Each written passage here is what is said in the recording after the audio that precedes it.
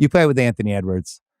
He just, and you've talked about him on your pod, so we'll probably have to retread a little of this, but so he has this Team USA thing, and he passes all the checkpoints. Now they don't win, but for where he is in his career, he's 22. The way the USA coaching staff, they were like, oh my God, like they were just all in love with this guy. Yeah. He really felt Dwayne Wadey to me in that, like, whatever the 2.0 version, but it was the first time where I could kind of pigeonhole him in my head. It was like, oh, I see what this is now. This is like bigger, stronger Wade. But you spent time with him, played with him. First question. It seems like he has the uber competitive side, right? Yes, that's real. He does not like to lose. Yeah, that's it. He's a dog. Like at everything. Yes, he wants to win. He thinks he's delusional. He thinks he can beat you in everything. He thinks he can beat me in things he's never even done before. Like, we'll talk about like golf or this and that, and he'll be like, I'll play, I'll beat you. I'll be like, you ever play? He goes, no. I'm like, no, that's not how golf works, bro. Like, you got to really, he's like, man, I'll figure it out. He goes, I win everything I do. That's just like generally in his core, he thinks he can beat everybody and everything. That's just how he is, man. Yeah, it's like that MJ betting people that his luggage is going to come out first. All that. Yeah, stuff. like it's always something. Got that side. We used to play, we play cards on the plane. Ant doesn't play a lot. And then we started getting him to play. And next thing you know, he is like the bully of the table in terms of like getting guys to play. Like, we just had a back-to-back, and it's like, I'm trying to get some sleep. He's like, come on, AR. And he calls me Macaroni Tony. That's my nickname. I don't even like it, but it's just what it is. The whole team calls me it. He tell me, come on, Mac, we got to play. We got to play cards, man. We got to play. Like, that's just, he wants to compete all the time. And D Wade is, by the way, a perfect comparison. Perfect comparison.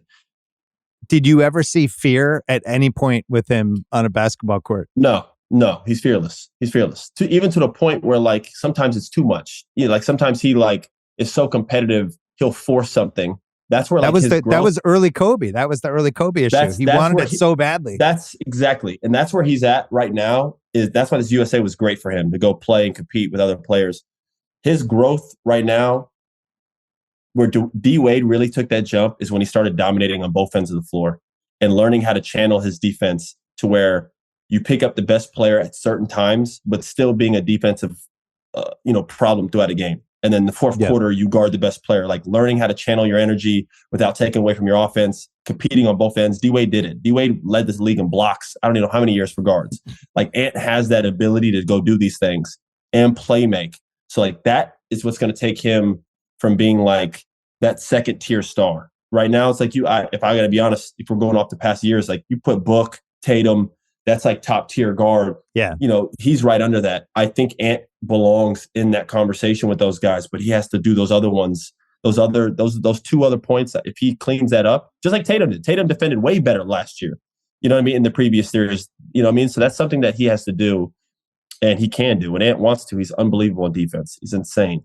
That was a huge piece for Tatum when he was able to put the two-way stuff as like just really impactful, and the rebounding too. That was why even when I watched Team USA, I was like, all right, we could talk about 40 guys this team needs, but really you could just put Tatum on this team and he would have made a huge difference because he would have had like 12 rebounds in every one of those games. The defense was my next question, because that was something that jumped out in the Team USA stuff where I was like, is this guy like an amazing on-ball defender and we had no idea? No, he's incredible. When he wants to, so he has it.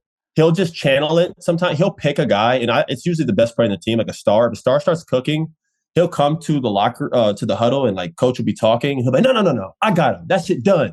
That shit, and he'll like say it out loud, like just, and no one questions it because we've seen him tap into that. When he wants to cut somebody off, that water's off. That's what I'm saying. Like, I know that ability is there. I'm not asking you to do it the whole game. Pick and choose your points, and I don't need you to be the best defender all game. But at crucial moments of the game, you got to be that. I think he can be both. I think you could average 4 or 5 assists. Just off you being aggressive alone, you should be averaging 5 assists. And I think he needs to shoot more free throws. I want Ant shooting like 12. I want him living at the line, bro. We live in an era where there are no shot blockers, man. You are the most freakish athlete I've ever seen at the 2-guard spot. You need to live at the basket. And I know he can shoot, so there's a healthy diet of both. But like, bro, that motherfucker got to live in the paint and just be a dog. He can really bully that position, especially in today's NBA.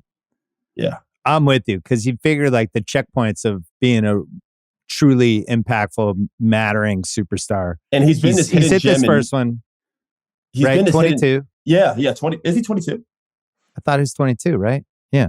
Maybe he's He 23 is. now. He is. He is. I think he's 22. 22. Yeah. So then the next jump will be mid 20s when it's like, oh, I didn't realize you were going to be the best guy on a finals team yet. But like basically what happened with Tatum. And then that last step is that 27, 28 age range. That's usually like history of the NBA. That's the final level. Yeah. When they put, that's what we're hoping for with Tatum. Yeah. That's when that physical and mental finally kind of come together. And then they have like 4 or 5 really good years after that. You know, those are like the best years, in my opinion, if you're healthy and take care of your body and good luck and all those other things.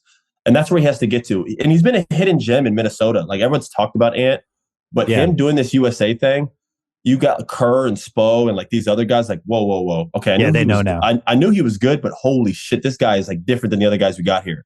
You know what I mean? And that's going to be interesting to see over the next years. You know, him in Minnesota, like how long is, you know. Well, that was my final question. Like, it is the team around him the right people you'd want to put around a player like this, where you have 2 bigger guys? I'm not even sure if Gobert and Towns could play together. I know you were on the team last year. I'm sure it was noticeably choppy from time to time. But do you even want any big guy with Edwards? Do you want to keep the lane open for him so that he has as much space as possible to create, or does he need a shot blocker behind him? I don't know the answer. It was really tough for him last year with 2 bigs out there on the floor. It'll be interesting to see this year how they do that. I would imagine they're going to start the 2 bigs and then immediately one of them will come out so they could stagger them, put one of them in the second unit, because the floor just has to be more clear for Ant. He couldn't get to the basket. We talked about his free throw attempts or lack of. A lot of that has to do with just lack of spacing and lack of shooting. I mean, this guy was dribbling like double teams last year and shooting fadeaways because he had to. It just wasn't the most ideal situation. And if you go back and watch our Denver playoffs, I mean, he was unbelievable. You know what I mean? Like, he just needs a little bit more space. So I don't know how they do that with Carl and Rudy. Carl has to be better at playing the 4. You know, he wanted to play the 4 last year, and then when he did, he'd like go call for the ball in the post. And that's not what the 4 does. So it's just like that adjustment. I think Carl will be a lot better this year. And then, Rudy. I mean, they have to figure that out with those 2 bigs. I mean, that's just the reality of the situation. They still have both of them. You signed Naz Reid back, who's another big, but he's extremely skilled. I love Jaden McDaniels, by the way. He's another stud. Jaden's the real deal. So those 4, you know, and then Michael Conley's a good savvy guard, perfect for what they need. You know, they don't need anything else. They already got a lot with Carl and Ant, and that whole dynamic there between who gets what shot and this and that. So I don't. And Mike doesn't care at all. No, it's perfect. That's why D'Lo didn't work. Does Towns have a bad rap or the right rap? Cat is the nicest kid and guy. I don't like calling him a kid, young man that you could ever meet. Like, he's a sweetheart. People don't like Carl because they feel like he tries very hard to be liked. And if that's the worst thing you can say about someone, then he's not a bad person. You know what I mean? If the worst quality of a guy is that he's trying extra hard so you like him, that just means he wants people to like him. Do you know what I mean? And when you really get down to it, when you hang out with Carl, man, he's like, bro, he's a big kid, bro. He's got a big heart. He's been through a lot of shit. People forget over the past couple of years with his family. And he's had to, you know, find out who he is and like this identity that he's trying to find. And that's why people make fun of his voice in his interviews and his game style and the way he plays. But like, he's had a lot thrown at him. I still think Carl's trying to like find this niche of who he is as like a dominating basketball player, because you can't deny he's good. He is really good. So I do think him and Carl, and I told him this summer. I'm not back there. I don't think him and Carl work out together enough.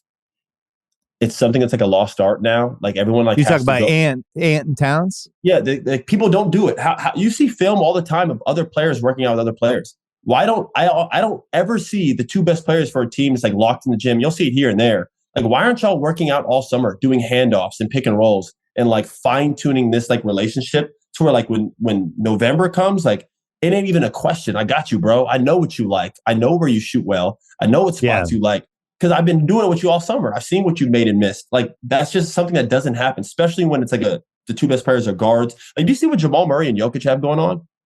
Like, that shit is so fun to watch because they're so good together. And if Carl and Ant could like tap into that to where they like start trusting and trying to help each other, they'll be both better.